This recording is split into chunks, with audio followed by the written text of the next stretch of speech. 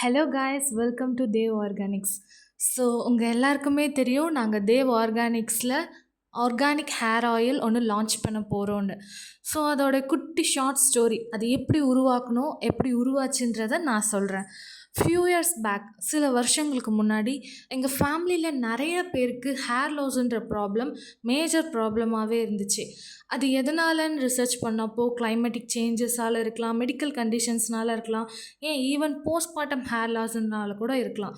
So இதுக்கெல்லாம் என்ன solution நாங்கள் ரொம்ப நாளாக சர்ச் பண்ணிட்டுருந்தோம். நிறைய hair oils, organic hair oils, எக்ஸ்பென்சிவான ஹேர் ஆயில்ஸ் எல்லாமே வாங்கி மாற்றி மாற்றி ட்ரை பண்ணோம். But everything failed. அண்ட் ஒரு நாள் நாங்களே டிசைட் பண்ணோம், ஏன் நம்மளே ஒரு ஹேர் ஆயில் க்ரியேட் பண்ணக்கூடாது, ஏன் அது ஒர்க் ஆகலாம் இல்லை அப்படின்னு சொல்லி நாங்களே க்ரியேட் பண்ண ஸ்டார்ட் பண்ணோம்.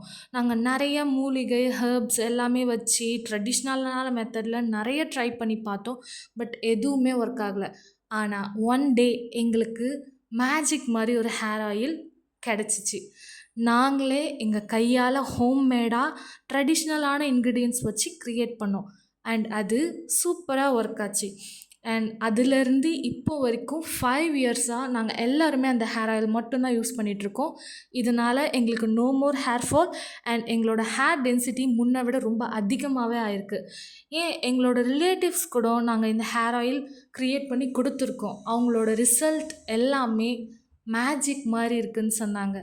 அதனால் இப்போது பப்ளிக்கான உங்களுக்கும் நாங்கள் க்ரியேட் பண்ண இந்த ஹேர் ஆயிலை உங்களுக்கு அறிமுகப்படுத்த போகிறோம்.